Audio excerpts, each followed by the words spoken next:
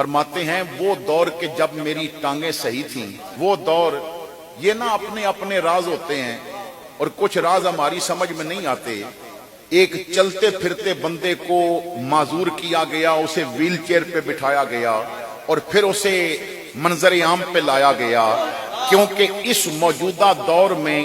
کفر نے بڑے غضب کی چال چلی تھی اور بڑی پلانگ ہوئی تھی، اور اس کام کرنے سے پہلے انہوں نے نا بڑے بڑے اسلام کے لبادے میں بیٹھے لوگوں کو بھی خریدا تھا، اور انہیں پتا تھا کہ ہم نے تو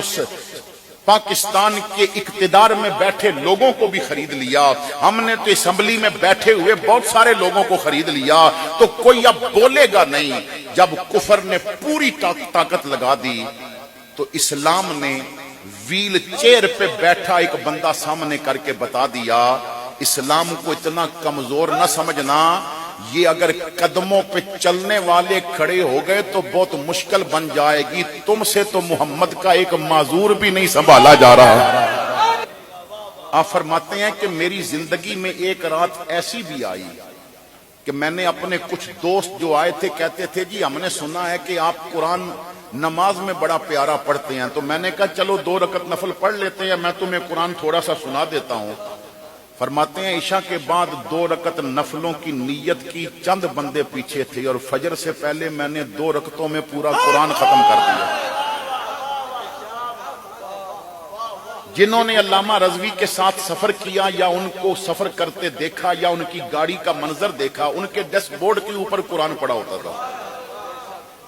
علامہ رضوی فرماتے ہیں ان کا جو ڈرائیور ہے وہ بھی کہتا تھا ان کے بچوں سے پوچھ لو، ان کے ساتھ سفر کرنے والوں سے پوچھ لو، وہ فرماتے ہیں کہ اگر میں لاہور سے چلا ہوں اور میں نے پنڈی پٹیاں یا آگے اسلام آباد تک جانا ہے، گھر سے جب گاڑی چلتی تھی تو آپ قرآن کی تلاوت شروع کر دیتے تھے۔ فرماتے ہیں کسی منزل پہ پہنچنے سے پہلے میں 5 پارے پڑھ لیتا، کسی منزل پہ پہنچنے سے پہلے میں 10 پارے قرآن کی تلاوت کر رہا تھا۔ تو یہ وہ لوگ ہیں جنہوں نے قرآن کا حق ادا کیا، تو بتایا کہ اگر حق نہیں ادا کر سکتے تلاوت کرنے کا تو کم از کم جتنا آسان ہو اتنا تو پڑھ لو۔ اب سوال یہ ہے کہ ہم روزانہ اتنا پڑھتے ہیں جتنا آسان ہے؟ بھائی اگر 3 گھنٹے فیس بک کو دیے تو 10 منٹ قرآن کو بھی دے دیتے۔ اگر 4 گھنٹے تم نے ٹی وی پہ بیٹھ کے فلم دیکھی، میچ دیکھا، کرکٹ میچ دیکھا، فٹ بال میچ دیکھا، اپنے پسندیدہ میچ دیکھے تو 10 منٹ قرآن کے لیے بھی نکال لیتے۔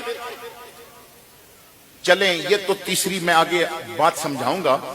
دوسرا مرحلہ یہ ہے کہ اتنا پڑھ لو جتنا آسان ہے،